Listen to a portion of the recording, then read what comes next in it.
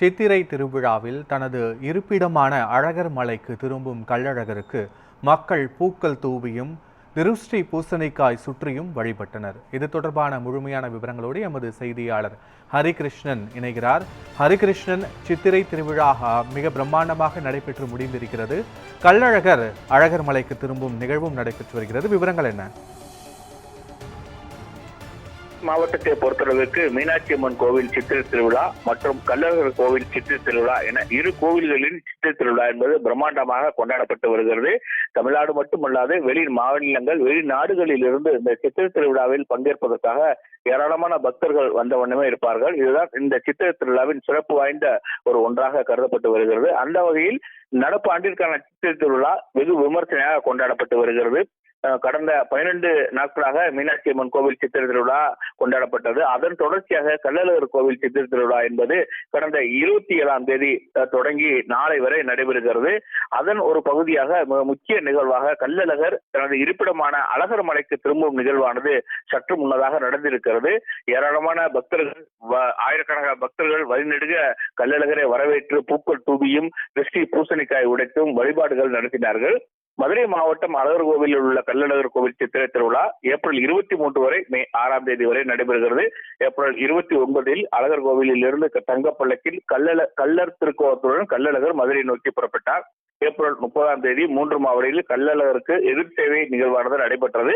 மே 1ஆம் தேதி தங்க குதிரை வாகனத்தில் கள்ளழகர் வையாற்றில் எழுந்தருளினார். அதனைத் தொடர்ந்து கள்ளழகருக்கு தீர்த்தவாரி நடைபெற்றது. மே 2இல் வண்டியூர் வீரராவ பெருமாள் கோவிலில் இருந்து சேஷ வாகனத்தில் கள்ளழகர் புறப்பட்டார். அதனைத் தொடர்ந்து தேனூர் மண்டபத்தில் எழுந்தருளிய கள்ளழகருக்கு கருட வாகனத்தில் எழுந்தருளிய கள்ளழகருக்கு மண்டுவ முனிவருக்கு சாப உபோசனம் அளித்தார். மே 3ஆம் தேதி திவான் ராமராயர் மண்டபத்தில் கள்ளழகருக்கு விடிய தசாவதாரம் நடைபெற்றது. அதனைத் தொடர்ந்து ராமராயர் மண்டபத்தில் அனந்தராயர் பல்லக்கில் புறப்பட்ட கள்ளழகருக்கு வையாற்றில் எழுந்தருளிய இடத்தை தடம் பார்க்கும் நிகழ்வானது நடைபெற்றது. அதன் தொடர்ச்சியாக நேற்று அதிகாலை தல்லாகுளம் ராமநாதபுரம் மன்னர் சேதுபதி மண்டபத்தில் கள்ளழகருக்கு திருமஞ்சனம் காணப்பட்டு தொடர்ந்து பூப்பள்ளக்கில் எழுந்தருளி பக்தர்களுக்கு அருள் பாலித்தார். தல்லாகுளம் கருப்பண்ணசாமி கோவில் முன் கள்ளர் திருக்கோலத்தில் எழுந்தருளிய கள்ளழகர் அழகர் மலையை நோக்கி புறப்பட்டார். வழிநெடுகிலும் இருக்கக்கூடிய ஆயிரக்கணக்கான அந்த மண்டபப்படிகளிலே கள்ளழகர் எழுந்தருளி பக்தர்களுக்கு அருள் பாலித்தார்.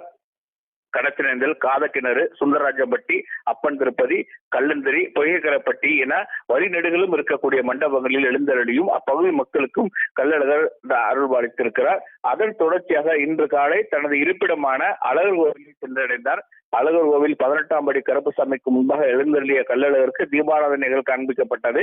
தொடர்ந்து கோட்டை வாசலை நோக்கி புறப்பட்ட கள்ளழகரை ஏராளமான மக்கள் வழிபட்டார்கள்.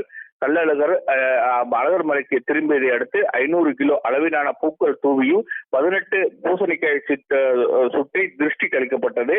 ஆயிரக்கணக்கான மக்கள் கோவிந்தா கோவிந்தா என பக்தி கோஷமிட்டு கள்ளழகரை மனமுருக வழிபட்டனர். மேலும் பிரகாரத்தில் எழுந்தருளிய கள்ளழகருக்கு பூஜைகள் செய்து தீபாராதனைகள் காண்பிக்கப்பட்டிருந்தது. நாளையுடன் கள்ளழகர் கோவில் சித்திரை திருவிழா நிறைவு பெற இருக்கிறது. ஏற்கனவே மதுரை மீனாட்சி அம்மன் கோவிலிலே 12 நாட்களும் கள்ளழகர் கோவிலே 10 நாட்கள் என இந்த மதுரை மாவட்டத்தில் 22 நாட்களும் ஒரு வரலாறு காணாத அளவிற்கு விழாக்கோலம் பூண்டிருந்தது. கடந்த ஆண்டு சித்திரை திருவிழாவில் 8 லட்சம் பேர் பங்கேற்றிருக்கிறார்கள். இந்த ஆண்டு அதைவிட கூடுதலான பக்தர்கள் பங்கேற்றிருப்பதாக தகவல்கள் வருகிறது. ஆகவே இந்த விடுமுறை காலத்தில் நடைபெறக்கூடிய சித்திரை திருவிழா என்பதனால் அதிக அளவில் பக்தர்கள் வெளி மாவட்டங்களிலிருந்தும் வெளி மாநிலங்களிலிருந்தும் வந்த வண்ணமே இருந்தார்கள். அனைத்து ஏற்பாடுகளும் செய்யப்பட்டிருந்தது. எந்த ஒரு இடையூறுமின்றி இந்த சித்திரை திருவிழா வெகு விமர்சையாக கொண்டாடப்பட்டு தற்போது நிறைவு பெறக்கூடிய ஒரு நிலையில் இருக்கிறது. இந்த சித்திரை திருவிழாவுக்காக கள்ளழகர் அழகர் மலையிலிருந்து புறப்பட்டு இந்த ஒரு 8 நாட்களாக மதுரை நகர் பகுதியிலே வலம் வந்து பல்வேறு நிகழ்வுகளிலே பங்கேற்கக்கூடிய நிகழ்வு நடைபெற்றது. அதன் தொடர்ச்சியாகத்தான் தற்போது அழகர் மலைக்கு கள்ளழகர் திரும்பி இருக்கிறார். இந்த நிகழ்வில் தான் ஆயிரக்கணக்கான பக்தர்கள் கலந்து கொண்டிருக்கிறார்கள். பெருமாளவன் காட்சிகளோடு விவரங்களுக்கு நன்றி ஹரிகிருஷ்ணன்.